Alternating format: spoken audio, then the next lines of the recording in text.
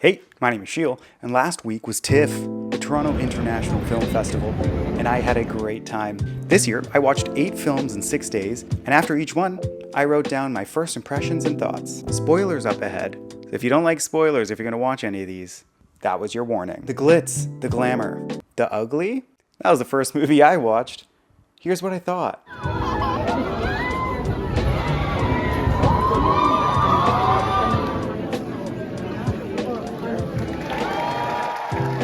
The ugly. A quick cast and director Q&A after. That was really nice. Learned that this was a graphic novel before it became this movie. It was good. Quite an interesting story about a son learning about his missing mother, and then we're going through that journey with him to figure out what happened when he was a baby, where his mom is, where did she go. There were some funny moments that started off, and then it kind of transitioned into the more serious, dramatic film that it was. Some good suspense, and there was a really unique perspective and character motivations that I may not necessarily agree with, but I can see it, I guess. And without giving it all away, it does build up one specific moment for the entire movie, pretty much. And I think it actually pays off decently. Sometimes when you're like building up this one thing for 2 hours, it's just a huge letdown. But this wasn't bad. It left you with some questions, and I really enjoyed it. Yeah, not a bad movie. Pretty good. Not bad. A 6.2. A 6.2. You're saying, Sheil, what? Does that mean it's bad? Not at all. No. Incorrect, actually. Like art, my rating system is extremely subjective. Here it is for you. On Letterboxd, I have my rating system up there, but like a 6 is a good movie. A 7 is a good movie. Now, I reserve the 10 out of 10s for things that are extremely, insanely good, things that are extremely personal to me. It's like as if that movie was made specifically for me to watch, for my eyes only. And speaking of 10 out of 10 movies, here is My Son.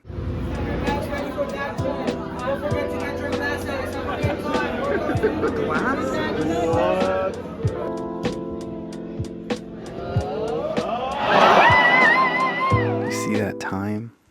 Okay. Love My Son. I don't understand how movies get made sometimes. Good night. After that movie, the next day I had 3 movies in one night. I wouldn't recommend it. It's too many. By my third, my eyes and my body were so tired, it was exhausting. But here are my thoughts of a triple feature of A Useful Ghost, Adulthood, and Junk World.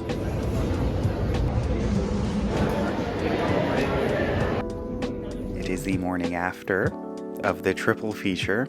Too many movies, but that's okay. I still enjoyed. Here's what I wrote. 4. A useful ghost. A ghost possesses a vacuum cleaner to allow her to reconnect with her husband.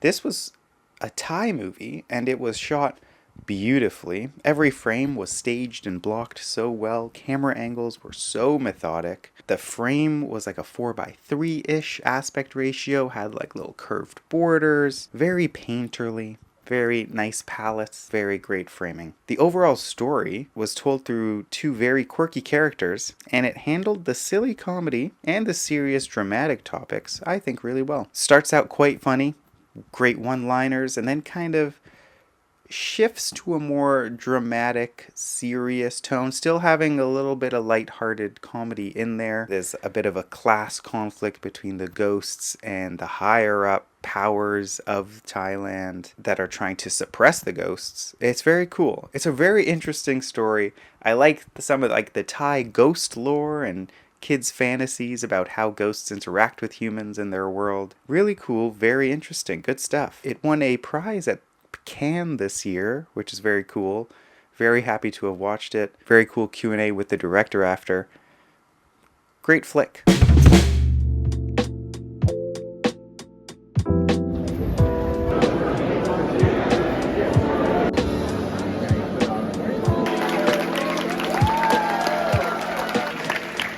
Then we moved to 9 o'clock Roy Thompson Hall, gorgeous venue. Adulthood.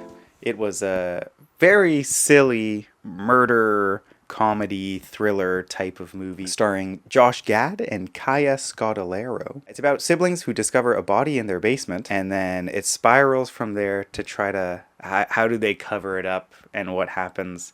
Very silly, very lighthearted. The cousin, played by Anthony Carrigan, was the best character, I think. He was very funny, very quirky, weird guy. You really want to root for him because he's good. So that was fun. This feels like it's like a very lighthearted Netflix funny type of movie. The story only works really because the police investigators are terrible and they don't look into anything, because I think this case can be very easily solved. So it wasn't very realistic, but it was a great, entertaining, fun movie.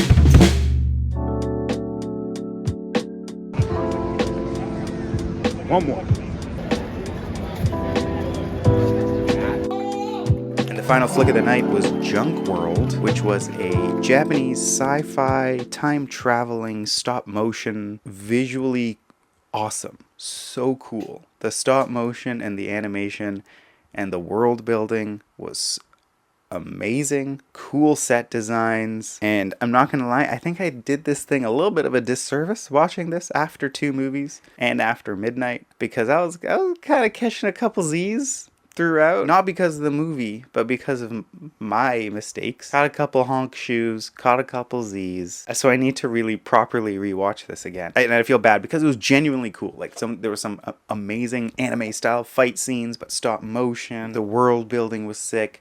The rules of time travel and how the story was told was really cool too. After the movie, there was a little bit of a Q&A, and in the credits they had some behind the scenes photos of how they were kind of making the movie, and the director said there was only 6 of them that made this entire movie, all stop motion animation with, looks like there's some like puppeteering stuff happening and little video clips, and it looks insane. So definitely need to watch that again. Okay, I'm tired. I have another movie tonight at midnight.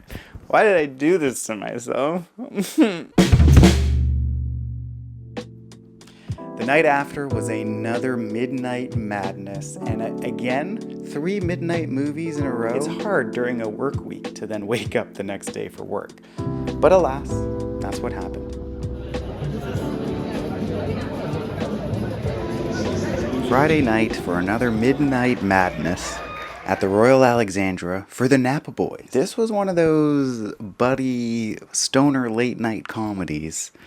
Straight to DVD type Euro trip-esque. Some amazing one-liners. Got a couple of good ha-has. A very, very silly plot. All good times. All fun. And everything works because everything's a joke. I would bet the guys were drunk when writing, when filming, and also at the Q&A. Yeah, it was a fun late night watch.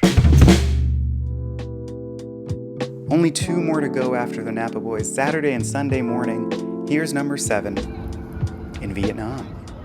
Hello, okay, Saturday morning, Ki Nam In, a Vietnamese 2.5-hour drama, romance, very slice of life-esque. It takes place in 1980s Saigon, and a man has just moved into a new apartment complex, and it's just about who he meets, how he's fallen in love with someone. It's just about that sort of his relationships with all these people and him living there. A lot of nice lines and good discussions. I do wish that the 2 leads had a bit more chemistry. The love aspect kind of fell flat a little bit. It didn't seem like the 2 leads had like that connection that they should have had. So I wish that was a bit better. Still enjoyed it. There was a great director Q&A after. It was okay, yeah.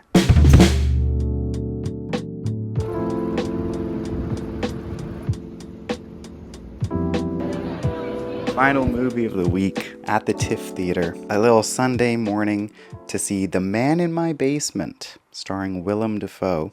It was a horror thriller, and as the title suggests, it was about a man in the basement, a foe even, Duffo, was in the basement. It was pretty good. It had some good spooky, eerie moments. Good suspense, a couple of jump scares. I felt like it was building to something really cool, but I think the ending kind of lacked. You know, when you watch a movie, everything's really good, and then the ending's like, ah. So then the movie as a whole just becomes, ah. So I think endings are really important.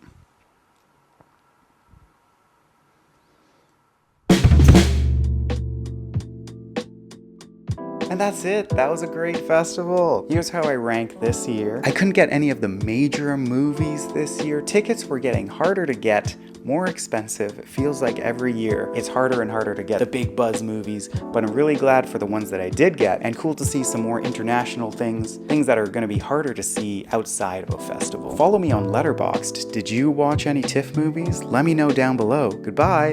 Sheelios out.